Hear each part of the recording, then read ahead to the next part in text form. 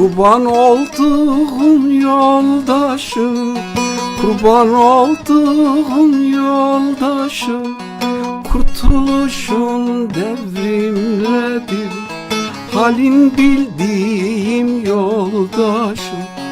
Kurtuluşun devrimledir, devrimledir, devrimler.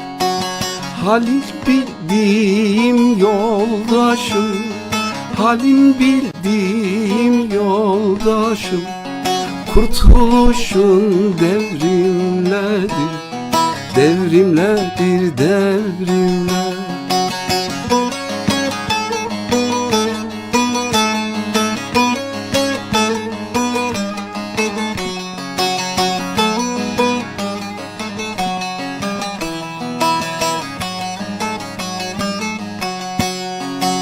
Azığını vur beline, azığını vur beline, silahını al eline. Düşelim devrim yoluna, kurtuluşun devrimledir, devrimledir, devrimler. Düşelim devrim yoluna, düşelim devrim yoluna. Kurtuluşun devrimledir, devrimledir, devrimler.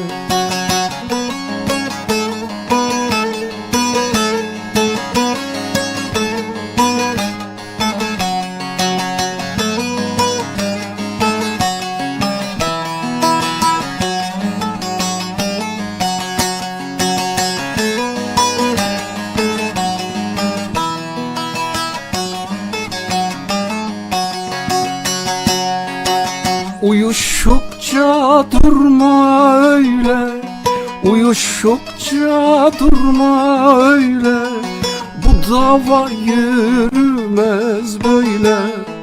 Feryat etme, isyan eyle.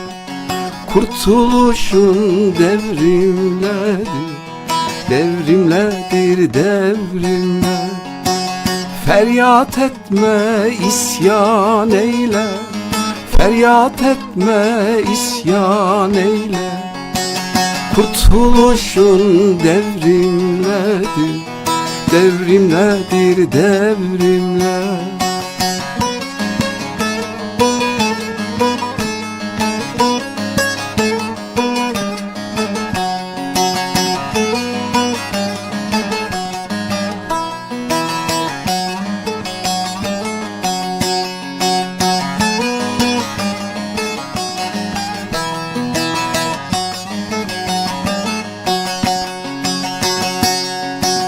Emekçiyim yandı içim, emekçiyim yandı içim. Bu biçim bozuk bir biçim, kurtaramaz seni seçim. Kurtuluşun devrimledir, devrimledir, devrimler. Kurtaramaz seni seçim, kurtaramaz seni seçim. Kurtuluşun devrimledir, devrimledir, devrimler. Evet, değerli izleyiciler, uzun bir aradan sonra tekrar bir aradayız. Bugün 17 Aralık 2024. Şu anda Facebook'ta canlı yayındayız ama YouTube'da bir problem oldu. Bizim programlar bildiğiniz gibi mevcut sistem tarafından engelleniyor, gösterilmiyor, dağıtılmıyor. Siz değerli dostların destekleri ve dağıtımıyla ancak daha güçlü olabiliriz. Çünkü onlar zaten engeli koyuyorlar. Sizi canı gönülden selamlıyorum değerli dostlar, yoldaşlar, arkadaşlar. Burada yoldaş olanlar var, dostlar var, arkadaşlar var. Ezilen tüm sınıflara biz seslenmeye çalışıyoruz. Canlı yayında sorunlarımız olabiliyor, engeller olabiliyor, istediğimiz gibi dağıtımı yapamıyoruz. Bizim bütün umudumuz sizlerin, değerli izleyicilerin destekleriyle yürümesidir. Biliyorsunuz dünya kan gölü. Orta Doğu'da bir savaş, vekalet savaşları devam ediyor. Ezilen uluslar, ezilen sınıflar dünyanın her tarafında baskı altında. Onların o kadar da etkisi yok şu dönemde, çünkü onların elinde topu, tüfeği, silahı, teknolojisi, yapay zekası yok. Bütün bunlar egemen güçlerin elinde. Evet, değerli izleyiciler, biliyorsunuz bugün 17 Aralık, 19 Aralık 1978'de Maraş katliamı, yine 19 Aralık 2000 yılında Hayata Dönüş operasyonu yapıldı. Hem Maraş katliamı ne ilkti ne de sondu, ne de Hayata Dönüş operasyonu ne ilk ne sondu. Her seferinde biz ezilenler, halkın yanında olanlar katledildik. Bize dost görünen komşularımız, yandaşlarımız bile bizi zor duruma soktular ve bize olmadık oyunlar oynandı. Biz burada her şeye tam dokunamıyoruz, değinemiyoruz. Çünkü sosyal medyanın böyle bir şeyi de var. Engeller hemen geliyor. Sözcüklerime, kelimelerime dikkat ediyorum. Yapay zeka o kadar güçlü ki onların elinde. O yapay zeka sayesinde her sözcük, her kelimeden bir anlam çıkarıp yasak koyabiliyorlar. Biz ezgilerimizi dün olduğu gibi bugün de yarın da söyleyeceğiz. Eski ile yeniyi harmanlayarak devam ediyoruz. Evet, yeni eserlerden ve eski eserlerden sizlere okuyacağım. Abone olmayı YouTube'da bilmiyorum, izleyebiliyor musunuz şu anda? Gerek YouTube'da, özellikle YouTube'da izleyicilerimizin daha az olduğunu görüyoruz. Facebook ve YouTube'da abone olup desteklerseniz, hatta dağıtırsanız bize konan bu engeli en azından birazcık aşmış olabiliriz.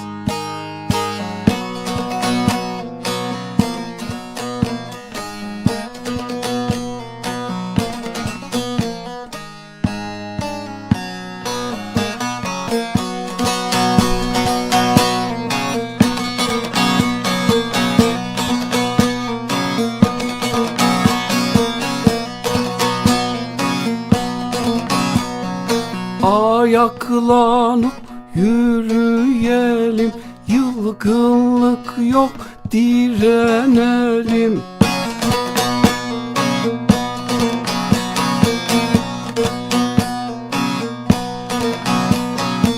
Sömüreni indirelim, sömüreni indirelim.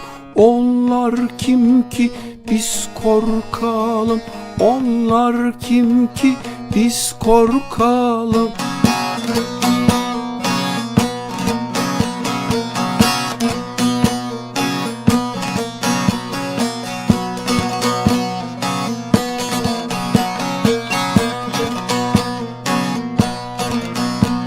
Sınıf kavgası bitmedi, tarih gitse de ileri.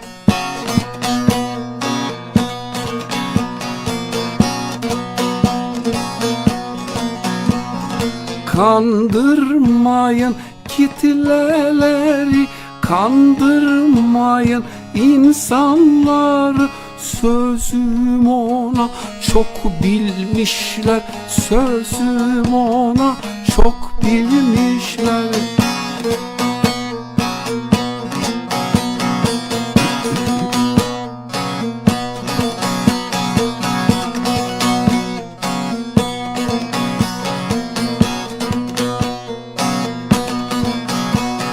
Meydanı boş bulan zatlar halktan yana dem vururlar.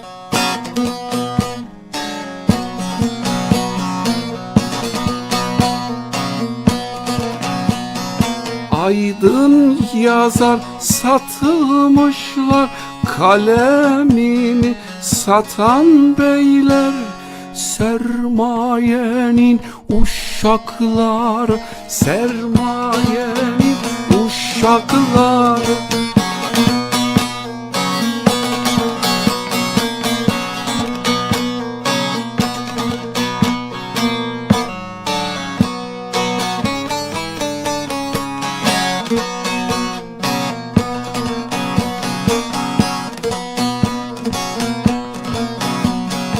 İşçim köylüm ver el ele, ezilenler hep birlikte.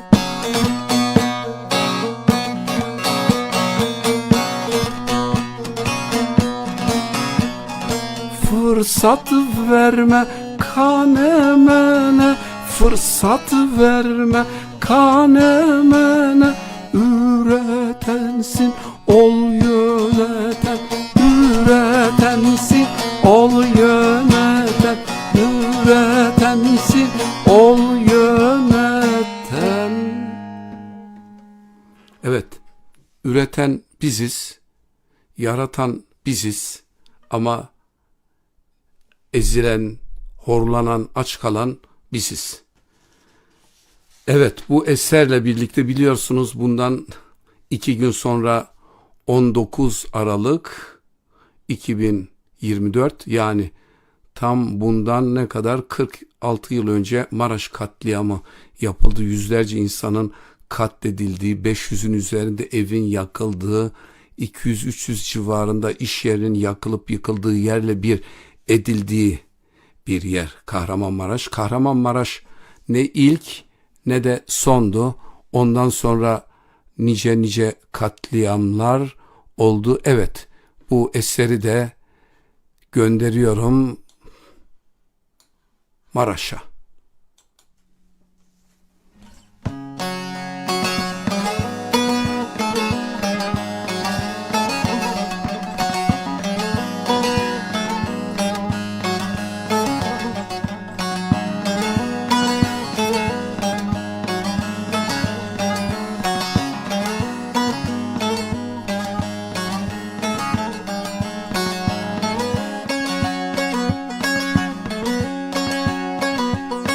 Yaptığın 3-5-10 değil, başefendi, başefendi. Yaptığın 3-5-10 değil, başefendi, başefendi. Bilirim Maraş son değil, başefendi, başefendi. Bilirim Maraş son değil, başefendi, başefendi. Grev dedin, kurşun sıktın, evimi başıma yıktın. İtten attan beter çıktın, başefendi, başefendi. İtten attan beter çıktın, başefendi, başefendi.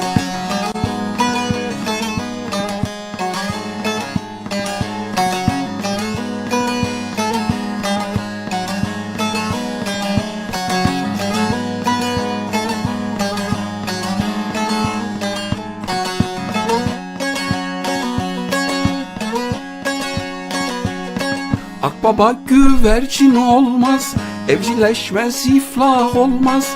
Akbaba güvercin olmaz, evcilleşmez, iflah olmaz. Leş yemeden karnı doymaz, başefendi, başefendi. Leş yemeden karnı doymaz, başefendi, başefendi. Alman uşağı bir itsin, kan hemen kenesin bitsin. Reformist değil faşistsin, başefendi, başefendi. Reformist değil faşistsin, başefendi, başefendi.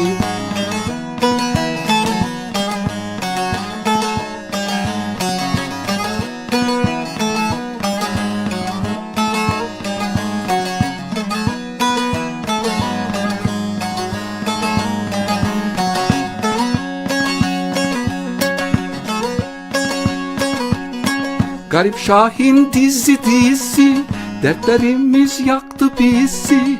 Garip Şahin dizi dizi, dertlerimiz yaktı bizi. Gebertmek gerekir sizi, başefendi, başefendi. Gebertmek gerekir sizi, Başefendi, başefendi, başefendi, başefendi, Süleyman da tilki efendi. Efendi halk düşmanıdır, efendiye umut dendi. Efendi halk düşmanıdır, efendiye umut dendi.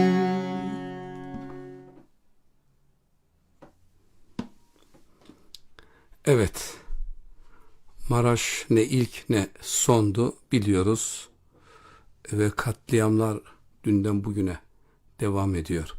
Bugün hem ezilen ulusun yanında olduğunu söyleyip sol gösterip sağ vuranlar, kayyum atayanlar, belediyeleri gasp edenler, seçimin bir hükmü olmuyor. Yani istediğin kadar seçime umut bağla, seçil, iktidara gel ama güç, ordu, adalet yok da yani ellerinde olan o egemen, gücün elinde bulunan makineler, mekanizma halkın aleyhine işliyor. Dersim'de de böyle oldu. Dersim'le ilgili bir eserle programa devam ediyorum ama biz uzun aradan sonra ilk defa yayın yaptık. Face'in, YouTube'un birçok engelleriyle karşı karşıya kalıyoruz. Dağıtımlar olmuyor. İzleyicilere ulaşamıyoruz. Elimizden geleni yapıyoruz ulaşmak için. Ama onlar da yapay zeka ile biraz daha kendi teknolojilerine ayar vermişler. Her kelimeden, her sözcükten bir anlam çıkararak engel koymaya çalışıyorlar. Biz de bu engelleri yıkmaya çalışıyoruz ama 5 kişi, 10 kişi, 20 kişi de kalsak devam et diyoruz. Devam etmek zorundayız. Zaten bu durum dünyanın genelinde böyle. Devrimciler açısından, sosyalistler, komünistler açısından zor dönem yaşıyoruz. Çoğu ülkelerde yaprak kıvırdamıyor. O kadar insan açlık, sefalet içinde, yokluk içinde ama yine de düzen partilerine umut bağlıyorlar.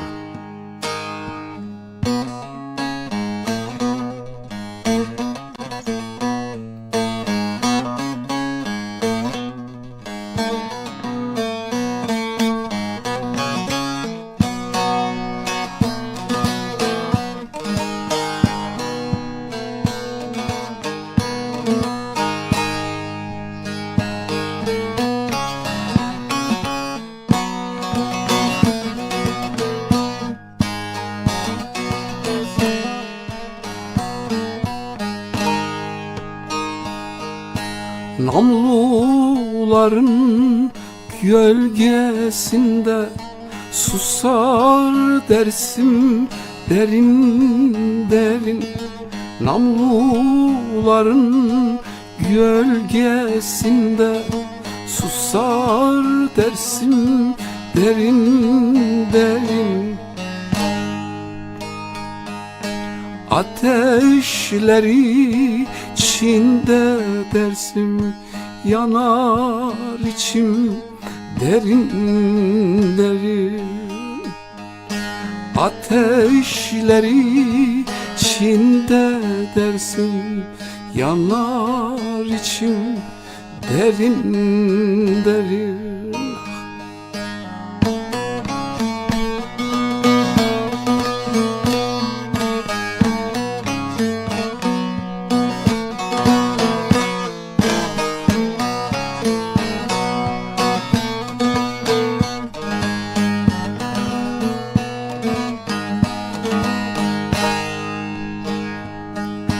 Dersimi görün Dersimi, kuşatılmış dört bir yeri.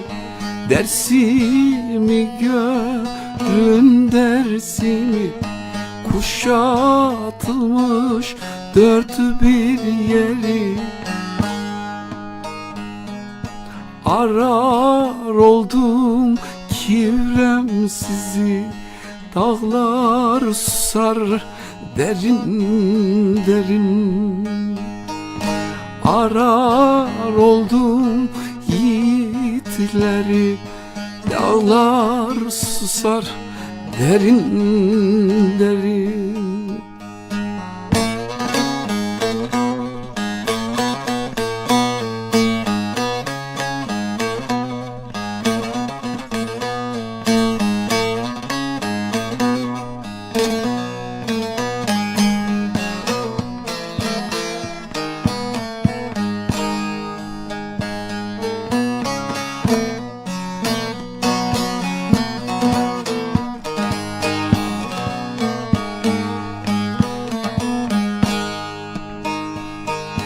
Saçların dönmüş keçeye, üstü başın lime lime.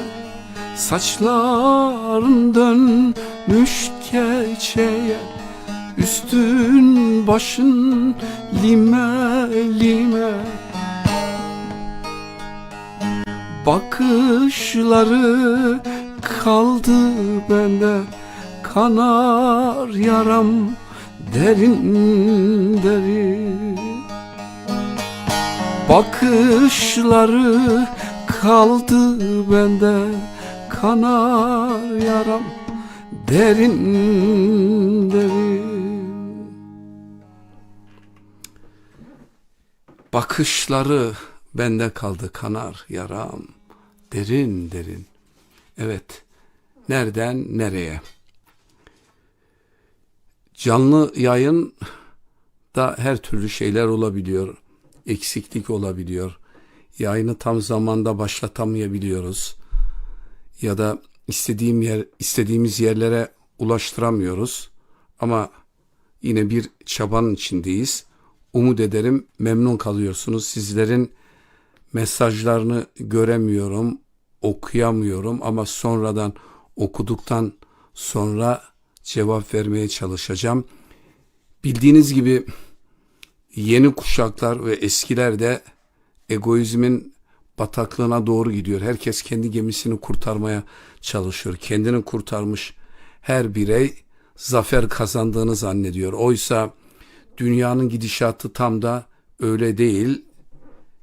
Hava kirliliği, iklim değişikliği, nükleer savaş korkusu, yapay zekanın bu noktaya gelmesi, robotların gündemde olması, fabrikadan çıkarılan işçiler, açlık, sefalet, yurdumuzda olduğu gibi Avrupa'nın her yerinde dalga dalga yayılıyor. İnsanlar yurdumuzda ayda bir yumurta yerken, açlığa, sefalete mahkum edilmişken, bir kesim insanların bana ne olursa olsun, dünya yanmış, kavrulmuş, önemli olan benim yaşıyor olmam. Onunla ilgili yeni bir eser bir hafta önce yapmıştım. O eseri sizlere okumayı istiyorum. Lütfen beğenilerinizi, dağıtımlarınızı eksik etmeyin. Çünkü büyük bir engel ve kıskaç içindeyiz. Buyurun, gelsin size.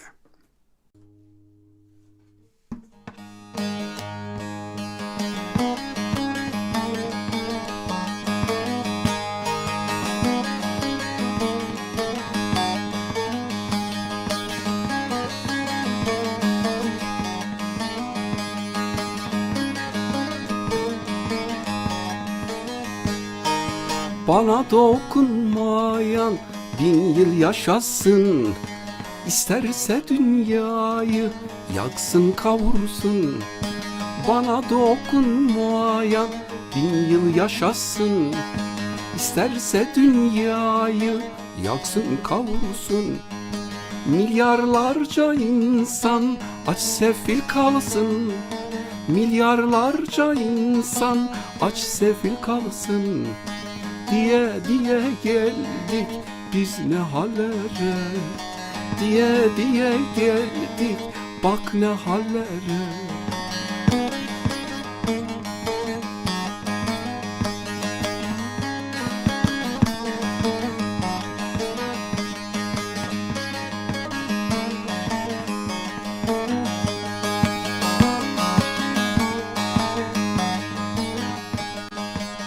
Kurtlar sofrasında pay edildik ya, kenarlarda kaldık, boyun eğdik ya. Kurtlar sofrasında pay edildik ya, kenarlarda kaldık, boyun eğdik ya. Yoksulluğumuza kader dedik ya, yoksulluğumuza kader dedik ya. Kurtuluş olur mu hiç yalvarmakla, kurtuluş olur mu hiç tek başına?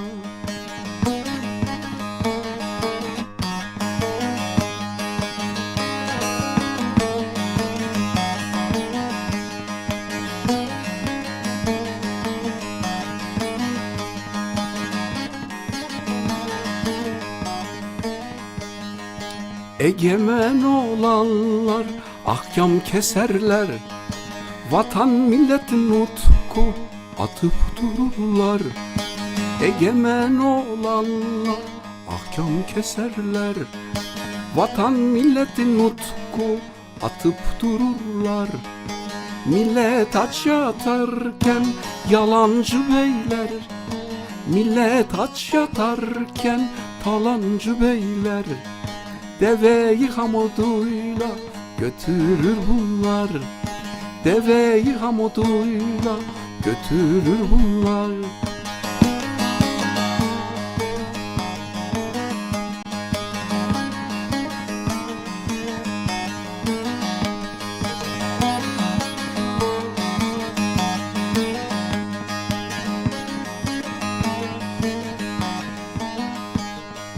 Garibin elinde tek bir sazı var, sazın sivri ucu zalime batar. Garibin elinde bir tek sazı var, sazın sivri ucu zalime batar. Ezilen sınıflar bir uyanırsa, ezilen sınıflar birlik olursa, bir kıvılcım yakar köşkü villayı, bir kıvılcım yakar zalim tahtını, bir kıvılcım yakar tüm dünyayı, bir kıvılcım yakar köşkü villayı.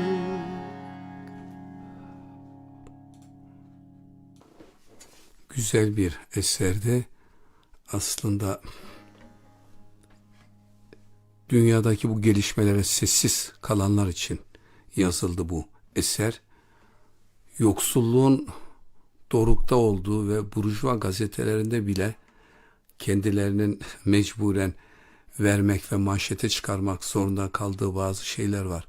Ya pirinç için kilometrelerce kuyruk oluyor ama bu dün, bugün eğer bu sistem böyle devam ederse bu şekilde gider. Ya biz uyanır, birlikte hareket ederiz, omuz omuza. Çünkü hiç kimsenin şu lüksü yok. Ya bana ne, bana değmeyen yılan 1000 yıla yaşasın diyecek bir konumda değiliz. Örgütler açısından da böyle. Örneğin elimde Nazım Hikmet'in bir şiiri, Anadolu'dan insan manzaraları ve 1941'de yazmış. Yani 1941 yılında da insanlar açlıkla, sefaletle yüz yüzeymiş. Bak nasıl dile getirmiş. Haydarpaşa Garı'nda 1941 baharında saat 15, merdivenlerin üstünde güneş, yorgunluk ve telaş.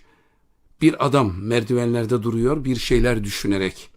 Zayıf, korkak, burnu sivri ve uzun, yanaklarının üstü çopur.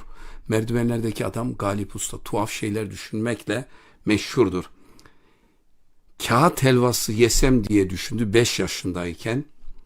Mektebe gitsem diye düşündü 10 yaşında. Babamın bıçakçı dükkanından akşam ezanından önce çıksam diye düşündü 11 yaşında. Sarı iskarpinlerim olsa, kızlar bana baksalar diye düşündü 15 yaşında. Babam neden kapattı dükkanını ve fabrika benzemiyor babamın dükkanına diye düşündü 16 yaşında. Evet, gündeliğim artar mı diye düşündü 20 yaşında. Babam 50'sinde öldü. Ben de böyle tez mi öleceğim düşündü 20 yaşında. İşsiz kalırsam diye düşündü 22 yaşında. İşsiz kalırsam diye düşündü 23 yaşında. İşsiz kalırsam diye düşündü 24 yaşında. Zaman zaman işsiz kalarak, evet, işsiz kalarak 50 yaşına kadar 51 yaşında ihtiyarladım dedi. Babamdan bir yıl fazla yaşadım. Şimdi 52 yaşındadır. İşsizdir. Şimdi kaptırmış kafasını düşüncelerin en tuhafına, kaç yaşında öleceğim, ölürsem üzerimde yorganım olacak mı diye düşünüyor. Burnu sivri ve uzun, yanaklarının üstü çopur. Evet, ölürsem üzerimde yorganım olacak mı diye düşünen Galip Usta, bugün milyonlarca Galip Usta var. Evet, yine son zamanlarda yaptığım bir eser, durmuyoruz. Yeni eserler yapıyoruz. Kısmen duyuluyor, kısmen duyulmuyor. İstediğimiz gibi yürüyor, istediğimiz gibi yürümüyor. Ama genel olarak memnunum diyebilirim. Patron ağa hep kar peşinde. İşsizlerin, halkın derdi hiç onları ilgilendirmiyor. Onlar milyarlarına daha milyar katıyorlar ve seçilmişlerin yanında saf tutarak dünyanın en zengin insanları oluyorlar ve sömürdükçe de keyifleri yerinde.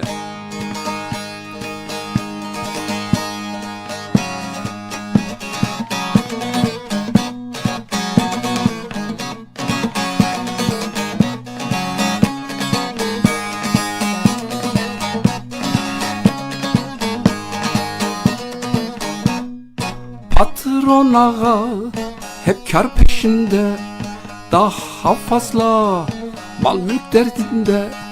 Patron ağa hep kar peşinde, daha fazla mal mülk derdinde. Sömürdükçe keyfi yerinde, halkımızsa geçim derdinde. Sömürdükçe keyfi yerinde, halkımızsa geçim derdinde. Köle gibi çalışırız, karşılığın ağlamayız. Bir avuca cennet dünya, emekliye öbür dünya. Yoksullara öbür dünya, garibe ise öbür dünya.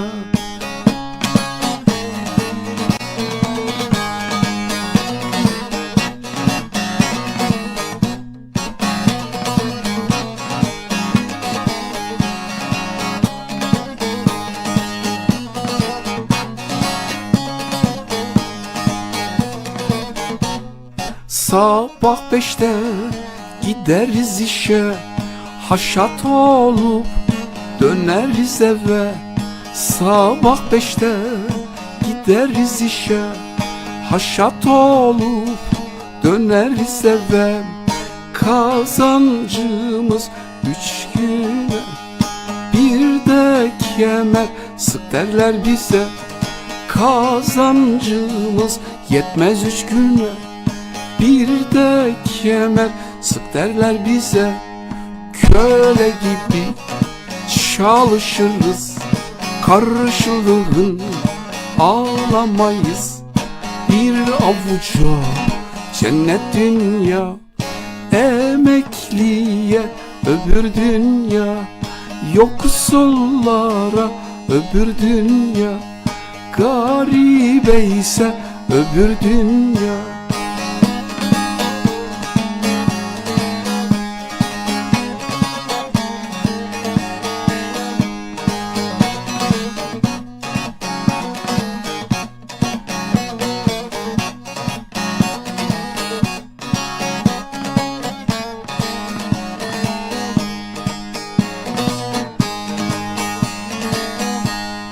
Ezildikçe döndük üzüme, kan içtiler san şarap diye.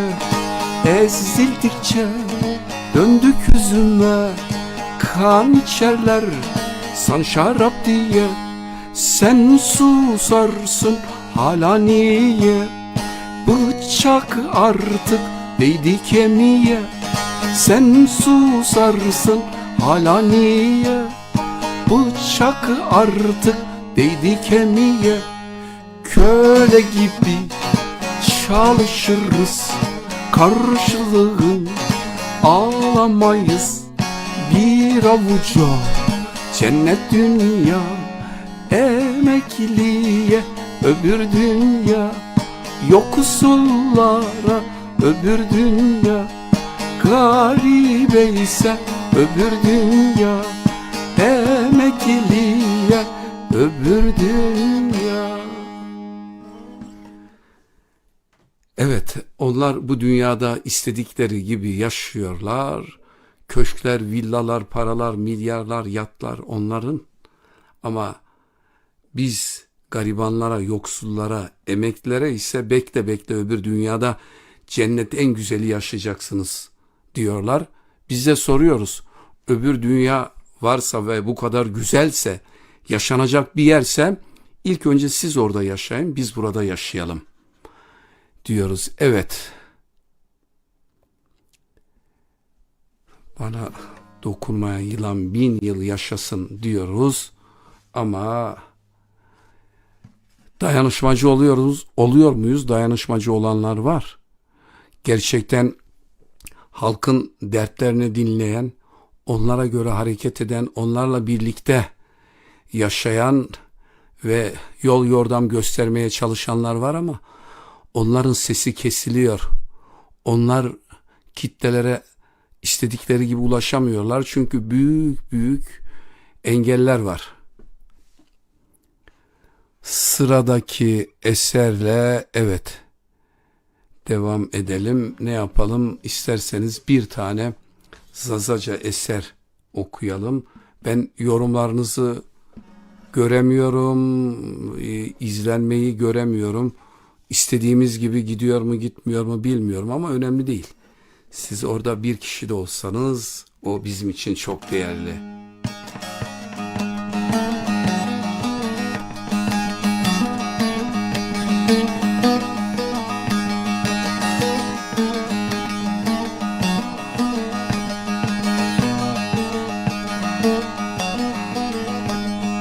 Roj ve jape kovura, her uca roştıra. Roj ve jape kovura, her uca roştıra. Devur jime kovura, heval hevalemino. Devur jime devura, heval hevalemino.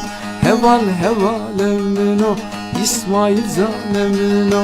Heval hevalemino, İbrahim zalemino. Devur zevıra vıra, vıra Gonya utora. Şimera vaivira, heles sema devrima.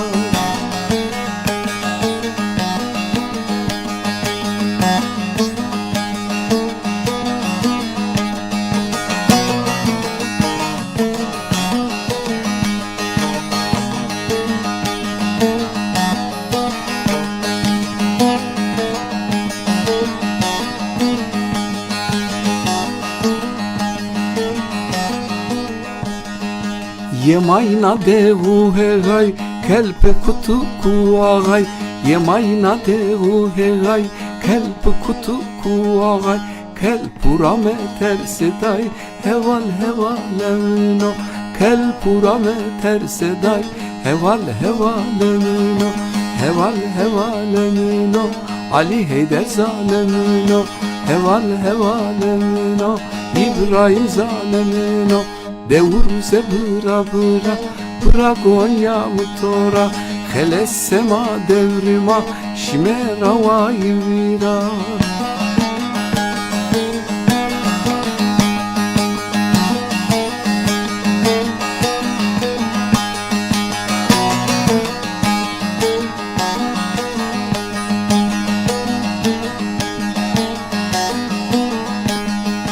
Garip Şahin Reno, servasıma zandano. Garip Şahin Reno, servasıma zandano. Gerok keşreni mano, heval hevalemino. Gerok keşreni mano, heval hevalemino. Heval hevalemino, Ali Heyder zalemino. Heval heval emno İbrahim zalemno Devur zebra bıra Bıra Gonya mutora Şime ravayira Hele sema devrima. Evet, kurtuluşumuz devrimle olur. Çünkü bunlar, egemenler sürekli sınırlarla oynuyorlar ya, 100 yıl önce de sınırlarla oynadılar. Bugünkü sınırları 100 yıl önce çizdiler haritanın üzerinde, Birinci Dünya Harbi'nden sonra. Yani bugünkü topraklar da üzerinde yaşayan bütün o ulusların değil, değişik ulusların da haklar var. Yani şunu demek istiyorum. Bugün Suriye'de de haritalar yeniden çizilmek isteniyor. Tam sonucunu herkes tahmin edemiyor. 3'e mi bölünecek, 4'e mi bölünecek? Her yorumcunun, gazetecinin, yazarın, çizerin kendine göre düşüncesi, fikri var. Bana göre egemenlerin dediği olacak, emperyalist güçlerin dediği olacak. Evet, bir taraftan Kürt ulusu kendi kaderini tayin etmek, bir federe devlete ulaşmak istiyor. Kendileri açısından haklı olabilirler. Diğer taraftan İsrail'in bu tarafa, yukarıya doğru geldiğini, Amerika yeni seçilmiş olan başkanının da dün açıklamaları var. Herkes kumar oynuyor şu anda. Evet, herkes çok iyi bir kumar oynamaya çalışıyor. Bir taraftan ateşkes, bir taraftan ateşkesi bozuyorlar. Bir taraftan insan haklarından bahsediyorlar. Bir taraftan insanları diri diri kesip, boğup, yağmalayıp işkenceler içinde öldürüyorlar. Bir taraftan insan haklarından, özgürlüğünden bahsediyorlar. Bir taraftan Avrupa çok demokrat, özgürmüş gibi davranıp böyle gerici, selefi cihatçıları, teröristleri destekliyorlar. Terörist olarak gördükleriyle aynı masaya oturuyorlar. Çünkü onlar da o emperyalist güçlerin maşaları, aslında onlar istedikleri gibi kullanıyorlar. Afganistan'da olduğu gibi, başka ülkelerde olduğu gibi ilk önce Filistin'i yerle birlik etmek istiyorlar. Daha sonra Lübnan'daki Hizbullah'ı yerle bir etmek istiyorlar. Nispeten yerle bir etmeye çalıştılar. Öldürdüler, önderlikleri katlettiler ve katlede geliyorlar. Umut ederim insanlık uyanır. Bunları görür. Uluslar bunları görür. Ulusların birbirini boğazlaması doğru değil. Ulusların birbirini boğazlaması emperyalizmin işine geliyor. Ne Türklerin işine gelir, ne diğer ulustan insanların işine gelir. Türklerin de uyanık olup Kürtlerle dostça yaşamasını bilmeleri gerekir. Yani onların bu şovinist duygulardan uzak durmaları gerekir. Ben bir sosyalist devrimci olarak bunu söylüyorum. Türk ulusu da belirli ölçüde eziliyor. Yoksul halk kitlesi var. Ezilen bir kitle var ama onların Kürtlerle ve diğerleriyle birlikte olmaları gerekir. Bu egemen olan eli kanlı zalimler, keneler, kuduzlardan uzak durmaları gerekir. Onların propagandasına gelmemeleri gerekir. Ne 83. ne 82. ne 85. il başkası da gelir senin merkezine, başkentine, İstanbul'la kendi sınırları içinde gösterir. Bunun hiçbir değeri yok. Ama biliyorum sizler, her ne kadar biz bunun propagandasını yapsak çok az bir kitleye ulaşabiliyoruz. Bizim gibi düşünen kitlenin bizi dinlediğini düşünüyorum. Onun için biz ezilenler birlikte hareket etmek zorundayız. Yoksa yem oluruz. Bunu söyleyeyim. Bizim yani tek başına yalvarmakla kurtuluş gelmez. Evet, şimdi yine ben bir halk ezgisiyle devam etmek istiyorum. Yani bu bütün ulustan ezilmiş insanlara gitsin. Yeni bir yorum, kendi yorumumla Pir Sultan Abdal'a ait olan bir eser. Göç Katar. Evet, şu karşı yaylada göç Katar.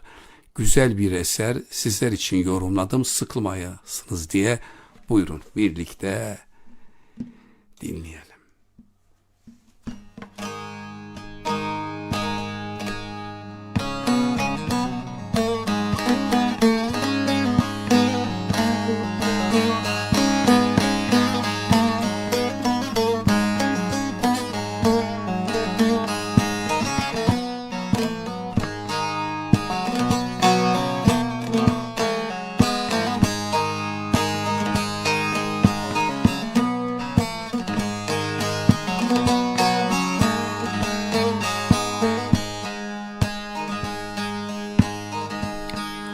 karşı yaylada göç katar katar. Bir yiğidin derdi selimde tüter.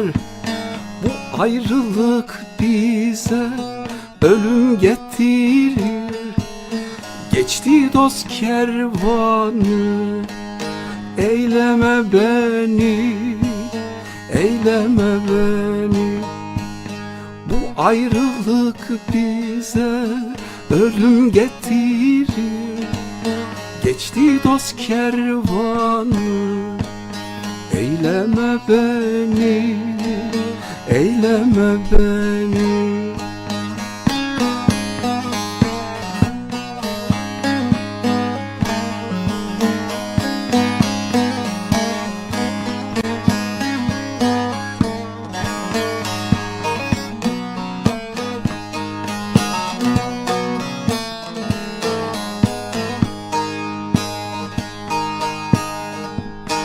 Şu benim sevdiğim başta oturur.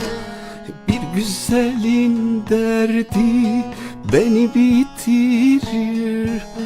Bu ayrılık bize zulüm getirir.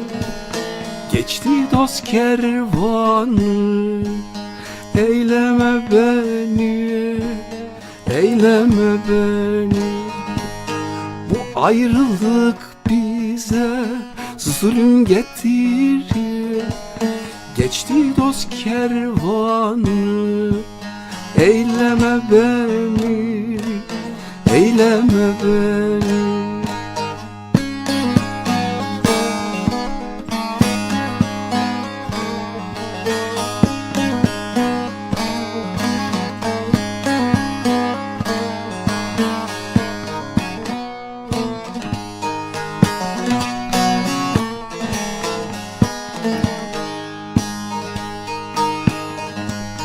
Pir Sultan aptalım, dağlar aşalım. Aşalım dağları, engin düşerim. Çok nimetin yedik, helalleşelim. Geçti dost kervanı, eyleme beni, eyleme beni. Çok ekmeğin yedik, helalleşelim. Geçti dost kervanı, eyleme beni, eyleme beni.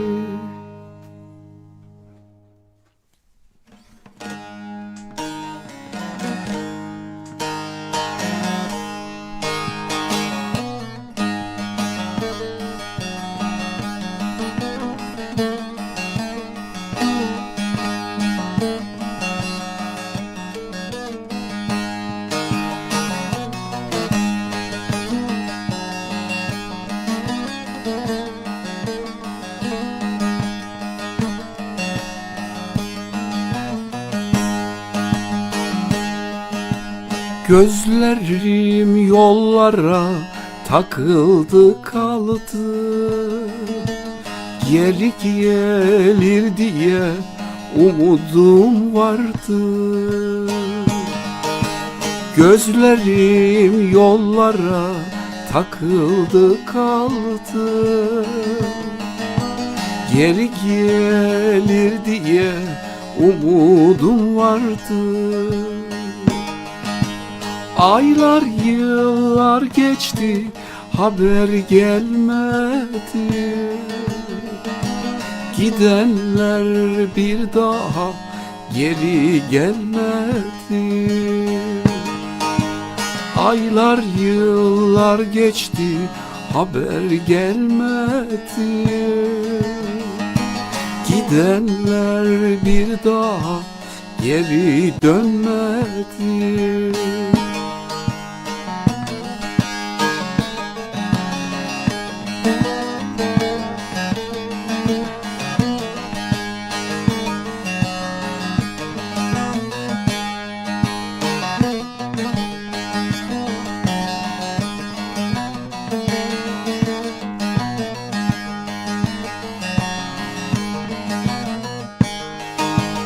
Uzaklara gitti dönerim diye, sarıldı boynuma ağlama diye. Uzaklara gitti dönerim diye, sarıldı boynuma ağlama diye. Yaşlar hançer oldu, saplandı göğse, parçaladı beni, geri dönmedi. Yaşlar hançer oldu, saplandı göğse, parçaladı beni, geri dönmedi.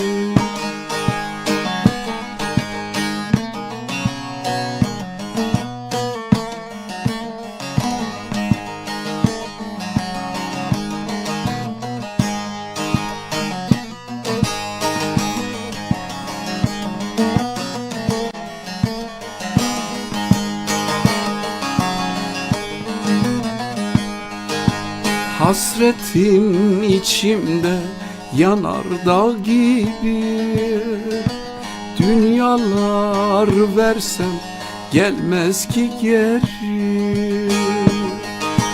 Hasretim içimde yanar dağ gibi, dünyalar versem gelmez ki geri. Eskinin yerini yenisi aldı, yüreğime yara koydu gelmedi. Eskinin yerini yenisi aldı, yüreğime yara koydu dönmedi. Evet, Dersim'den başka illerden batıya gidip bir daha dönmeyenler için yazıldı. Marksizmde bir kural var. Denizdeki kumdan, o en küçük tanecikten güneşe kadar, güneş ışınlarına kadar her gün, her saniye değişiklikler olur. Eskinin yerini yenisi alır derken bunu kastettim. Eski eskir gider ama onların tecrübelerinde yararlanırız biz, ama eskinin yerisini yenisi alır derken bundan dolayı söyledim. Mesajları bir türlü okuyamadım, bir daha bakayım, canlı yayın olduğu için. Evet. Tam okuyamıyoruz. Neyse. Şimdi tabii ki sistem de diyoruz. Günlerce, aylarca uğraşıyoruz, yazıyoruz. Yılda en azından 10-15 eser üretiyorum. Ama maalesef kitleler, yani bizim kitleler için değil de sanatçıyı, yazarı, çizeri, gerillayı, önderi, her bireyi coşkulandıran kitledir. Kitle yoksa olmaz. Yani kitle varsa vardır. Eğer siz bizim programları izleyip hemen geçmeyin.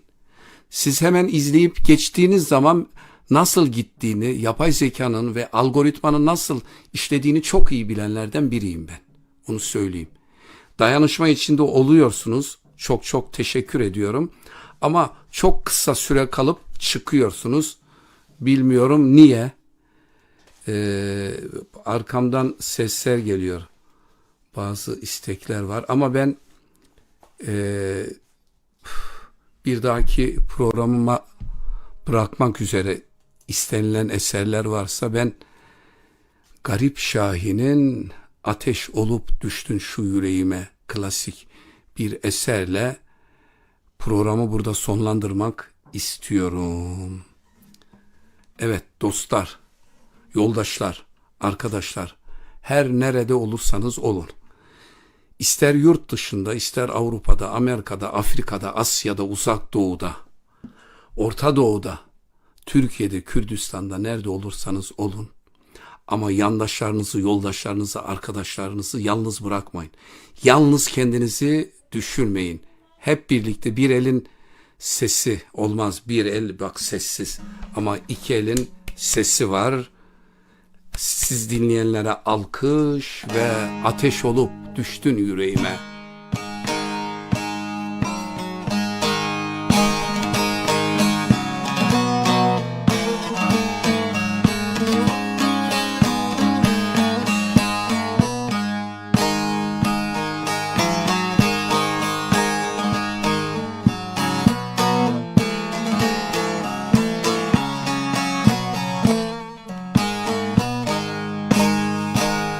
Ateş olup düştün şu yüreğime, nasıl anlatayım hasretim seni. Pir Sultan'ın, Şah'ın, Ferhat'ın aşkı, nasıl anlatayım hasretim seni. Pir Sultan'ın, Şah'ın, Ferhat'ın aşkı, nasıl anlatayım hasretim seni.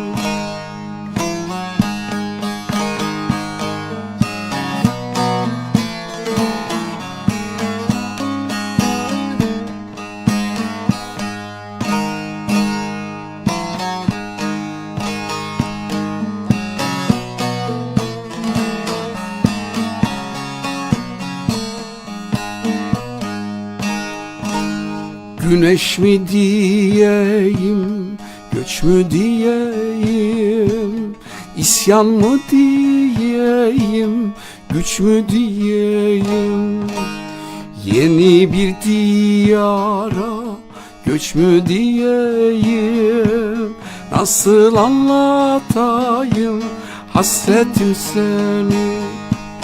Yeni bir diyara göç mü diyeyim, nasıl anlatayım hasretim seni.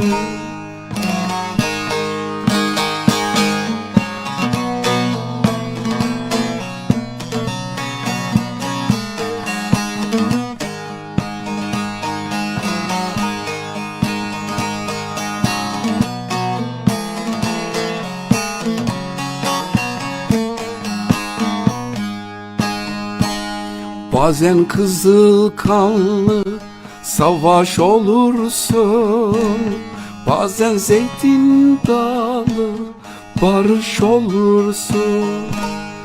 Bazen en sevgili uğraş olursun, nasıl anlatayım hasretim seni. Bazen en sevgili uğraş olursun, nasıl anlatayım hasretim seni.